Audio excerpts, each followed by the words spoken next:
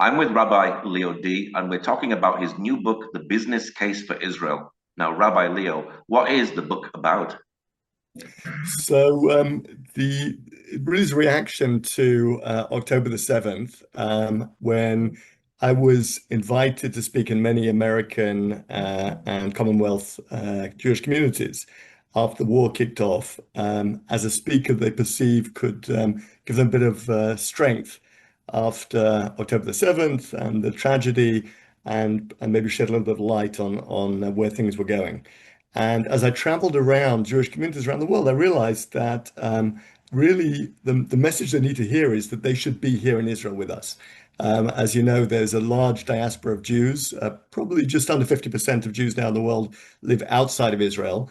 And as we know, the Bible states very clearly that Israel is the home for Jews, and these Jews have stayed behind despite all the the changes that have happened over the last 75 years of the state. And so I started speaking about Aliyah, basically Jewish immigration from diaspora, Jewish immigration into Israel. And I came across an interesting phenomenon. And the phenomenon was that people didn't really have biblical arguments, even religious Jews, as to why they weren't coming. Their arguments were completely based on comfort. We live in America, life is good for us. We have very nice synagogues and schools. We have kosher restaurants. We have all the facilities we need. Why do we need to be in Israel? Or it's very difficult for us to leave this comfort and come to Israel where we would have to start again. And it struck me that they're missing the point completely, because not only should they be looking at this from a religious perspective and not from a financial perspective, but actually, even from a financial perspective, is the Israeli economy is so much better for them as well. So the book is really about why Israel is a better place, both financially, but also for the future of their families to be. And I think it also plays very much into the Christian story, because Christians understand, believe we Jews should return back to Israel, and is what will bring the Messiah. And so that's really the theme of the book. Now, October the 7th was damaging to the Jews here in Israel. Did it affect businesses outside of Israel? Because obviously the pro-Palestinian groups were out. So was that affecting businesses outside? You talk about Israeli businesses. Yeah, Jewish businesses, yeah. Jewish business. I don't think so. The strange thing about October the 7th, which I think confounded everybody, was that actually the economy has actually grown substantially in Israel since the beginning of the war. And nobody could have predicted this. There were at one point over 400,000 reservists on the battlefields of Gaza and Lebanon. And that meant that many companies here in Israel were working pretty much depleted of staff. And yet, the economy grew faster than America, Britain, and Europe during the last 3 years of this war. So I guess one could say that's a miracle, because there's not many logical explanations why that should be. Yeah, I'm just thinking, can you understand that? Because even tourism is a big part of Israel, and no tourists were coming to Israel during the war. So how did this happen? No tourists are coming. What's interesting is that because of the strength of the shekel, which is something else which is really bizarre, that actually the shekel has strengthened dramatically over the last 3 years. As you know, coming from England, it's strengthened by 10, 15%, and against the dollar by 20% over the last year. Um, well, what it means is that because of the restricted number of flights, because of the war, Israelis had to have their vacation in Israel. So before the war, many Israelis were spending their shekels outside of Israel. And because of the war, they were spending it inside of Israel. So actually, many of the hotels were equally packed, but with a very different demographic. So it used to be many Christians. We had 3 million Christians coming, as you know, just before the year before the war broke out. It was the peak year for Christian visits to Jerusalem. And suddenly that dropped to almost nothing. But actually, the hotels have been full with Israelis who can't go on vacations abroad, and they've been vacating here in Israel. So I think that's really supported the tourism industry.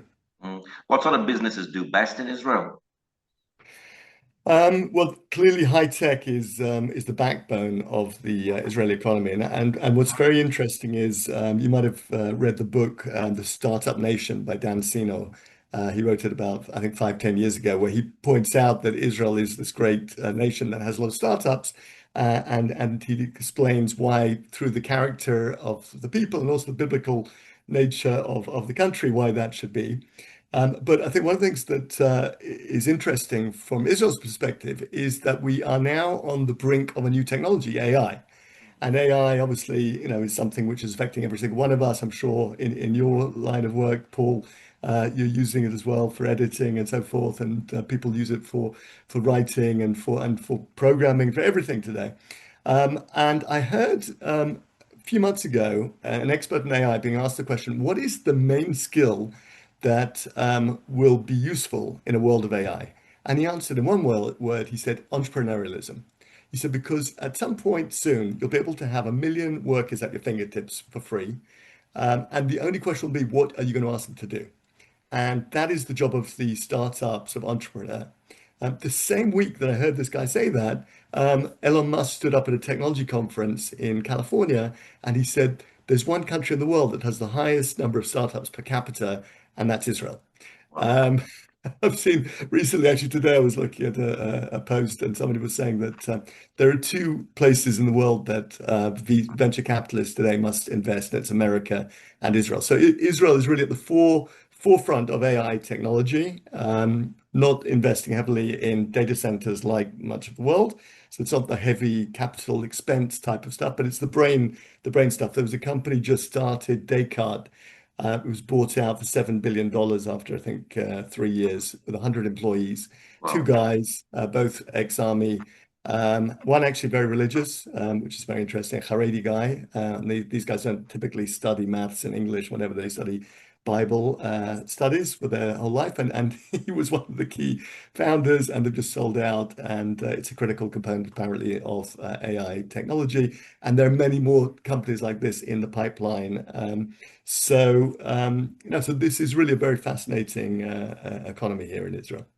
Do many tech companies get ahead of the game because of the situation here in Israel? Israel obviously has terrorism. So is it the fact that they're developing things ahead of the game because they actually have to develop these things ahead of the rest of the world? Yeah, Paul, I think you put your finger on it. What's interesting about Israeli technology is that because of really, I would say, anti-Semitism, anti-Zionism over the past 80 years of existence here in Israel, many countries have not wanted to buy particularly from Israeli companies. And also because we're a small country, we don't tend to manufacture basics like clothing, furniture, and so forth. Those things we import from elsewhere. So the economy here has grown in such a way that we only produce mission critical products. Because the only real markets are if we can export. And the only products that people will buy from Israel are if they have to buy from Israel and there's nowhere else to buy it from. So Israelis have focused on those type of products where they can have a bit of sort of brain power, creating exceptional products that can't be used elsewhere. For example, cybersecurity today, which is of course a hugely growing area because with the AI is able to send viruses into every possible computer package today. So this is only a growing area. And one of the companies, Amdocs, which is now based in America, which along with many of the Israeli successful startups ends up on NASDAQ, provides cybersecurity to most of the federal government. So just to give you the scale of the mission critical nature of what Israelis are doing, not to mention water technology. Israeli water technology is used, as you know, in 150 countries around the world. We have the top desalination technology. We have the top drip irrigation technology and the top water recycling technology. Israel recycles 80% of its water. The second in the world is Spain with 20%. America recycles currently 5%. And as you know, clear water, drinking water, is a very scarce resource today. And with global warming is becoming more and more scarce. So therefore, the ability to generate and to recycle is absolutely mission critical. So countries like South Africa that boycott Israel as a matter of course and ended up having to buy Israeli technology in order to basically have water coming out the taps in Cape Town over the last 5 years after a massive drought, which meant that they didn't have any water to drink. And they came knocking on the door in Israel and said, despite the fact that we're boycotting you, we desperately need this technology. Please, will you provide it? That must feel very satisfying, does it? I think so. I think that as we say, those who bless us are blessed. Yeah. Does BDS actually affect business a lot in Israel? It's very funny that I can't remember who said it, but very true words. They said it used to be that Israel produced Jaffa oranges and Granny Smith apples. Now we provide, the chips for Apple telephones and for orange telephones, orange computer, whatever. And I think that's the truth. The truth is that if you wanted to boycott Israel today, it would probably be impossible. Teva, as you know, is one of the biggest generic drug companies in the world, based in Israel, and they provide 10% of the drugs to most of the hospitals in America, Europe, and Britain, and around the world. And the things that they're producing are things apparently which other companies can't produce at that price. And you could boycott them, but it would just increase the cost of your national health service, which is what Britain has found recently when they thought about boycotting Israel. You would have to close every computer and every telephone that you have in your home. And throw it away. You'd have to, again, put a lot of the drugs and treatments that you have from the hospital, away as well. It's no longer, that easy to boycott Israel, because really, Israel is inside many products as well as being, the prime producer. Generally, a critical aspect, a chip or component of a product is made in Israel, but not the whole product.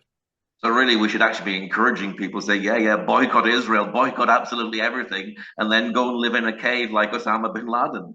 Yeah, no, that's absolutely right. And the funny thing is that many of these countries that we're fighting against, depend on Israeli products as well. So, yeah. Yeah. Now you're a rabbi, but are your roots in the business world? Right. So, Paul, I actually started my career in venture capital, private equity. So, I spent actually 10 years altogether in that field, about 6 years investing in private companies. And my job was basically to find private companies, and with a $1 billion fund behind us, we would invest in those companies or buy them. We would grow them over 3 years or 5 years, and then we would sell them off either to another company, or we would float them as a public company on the stock exchange. Until one day I was promoted to director of that company, and the next day I quit and went to Israel for 4 years in order to become a rabbi. That's another story. But really, when you're looking at companies, the structure, in a private equity company, it was when I was there 20 years ago, but I think it probably is still the same. You have small teams. I was on the technology team with me and one other colleague, and we found a company we wanted to invest in. We'd write an investment note. And what was the investment note? The investment note would look at the market, the product, the management, the employees, the risks, give a SWOT analysis, strengths, weaknesses, opportunities, and threats. And we did lay out the financials of the company. We look at everything systematically. We present that to the investment committee, that was generally the CEO of the fund, and the top directors. They would make a decision, yes or no, and then we would make the investment. And when it came to writing this book about Israel, I thought, how can I objectively write a book about Israel? And it came to me, actually came to my wife, Eliza, the idea that why not write a book about Israel in that structure? We'll look at the market for where, particularly Jews can live. Look at the product of Israel. Look at the management, the employees, the management being the government, the employees being the people. Look at the risks of living here, the SWOT analysis, and that's how I've set it out. And it's fascinating when you do that, because you come to a very different conclusion than you might do if you just look at individual points, which when we look at the media today, we get fed certain sort of sound bites, which are very misleading. Is there anything biblical about investing in Israel? Is there a blessing for investing here? It is a blessing to invest in Israel, and in Deuteronomy there are a number of passages that talk about how if we keep the commandments, And that really means also living in Israel, because many of the commandments are based and have to be kept in Israel. I mean, certainly those around the land, developing the land, taking tithes and so forth. Then we'll be blessed with bounty. And the Bible promises us that, if we keep God's word, then He will reward us with bounty in our land, but specifically in our land. And so therefore, many Jews think that what's happening at the moment with this absolute booming economy is very much a sign of redemption that's well on its way. And particularly when it's miraculous, as we've discussed, over during a war, when it's completely unexpected. This is really an incredible sign that things are happening in Israel. Can Christians actually invest in Israel? Certainly. So it's very interesting. I put some charts in this book, which I've not seen them before, but it just seemed obvious when you're looking at Israel as from this perspective. And one of which was, what is the Tel Aviv Stock Exchange done over the past 25 years, say compared to NASDAQ? And it turns out that if you'd invested in the Tel Aviv 125, which is like the NASDAQ or the S&P, you would have made a better return over 25 years than you would have been investing in NASDAQ. And if you'd invested in residential property in Israel 25 years ago, you would have made a better return than if you'd invested in America or Europe or Britain. Europe, you'd have made twice your money. Britain, 3 times your money. America, about 3.5 times your money. Here, about 4.5 times your money in 25 years. So, these are things which are not obvious to people, that Israel is now a great investment. But really, one of the main points of the book is not so much just the financial aspect, it's also where you'd want to have your family. And this is, you live in Israel, Paul, so I think you'd agree with me. But I asked the question, what is the product of a country? Right? It's easy when you look at a company, you can easily identify what the product of that company is. But what is the product of a country? And it struck me, the product of a country are the children. Mm. Okay. I mean, they say that it takes a village to grow a child. Well, even more so, it takes a country to grow a family. And I think, when you look at the quality of the children that are being brought up in this country, I mean, to me, that is really the most incredible product. And we talk about being a light unto the nations. This is where Israel is being a light unto the nations, for a number of reasons. We said this, we've talked before about this, but I think that Israel is demonstrating how to create a biblical state. Yeah, a state based on biblical values. And that's for the 15 million Jews in the world to come and live here and to build that together. That is a light to other nations to do the same. Who are the agents who are going to make this happen everywhere else? I think the Christians, right? Specifically, Zionist Christians are the only people on the planet who can roll this out to the other 8 billion people. So, so we're a light unto our nation effectively, but Christians are a light unto the world. And I think this is the opportunity, but to look at what we're doing here, to learn from it, and to take it and to roll it out across the world, and take these biblical values. What are these biblical values? Well, one is family. There's only one Western country in the world that has a birth rate above 2.1, which is replenishment, and that is Israel. Right? As we know, Europe is well below 1.5, as is Britain. America, I think, is 1.7. Much of the birth rate in those countries, anyways, immigrants, first generation immigrants who have a different culture. So it's not necessarily a healthy birth rate in terms of the culture, Christian culture of those countries. Israel has a 3-child per mother birth rate of Jewish mothers and actually Arab Israelis in this country, and that's a very healthy number. What it means is that the organic growth that's occurring here is fueling economic growth and growth in the army and in the culture. It's a very, very healthy number, and that's based on the fact that we have strong family values. People still believe in bringing another generation into the world. Are Israeli children and youth different than youth outside, like in Britain, in America? And is it partly because of what they go through with the terrorism that happens in the land, but also as well going into the army? And you've talked about religion as well. Yeah, Paul, 100%. I think there's a tremendous responsibility in this country, and you see it when you know where I live in a frat, which is not that far away from you. We're a Jewish settlement in Judea, and the kids, walk themselves to school at the age of 5. You often see 5-year-olds holding their 2-year-old, 3-year-old sibling and walking them on the pavements. Everyone's looking out for everybody else. The parents are looking out. Everyone's looking out for each other. These are safe communities where we know our neighbors. The kids play in the streets and play in the parks.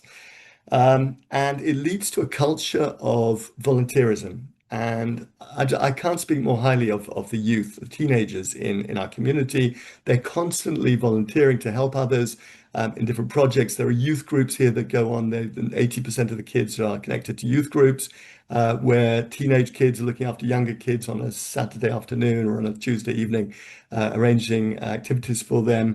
They're volunteering, helping elderly people, helping disabled people.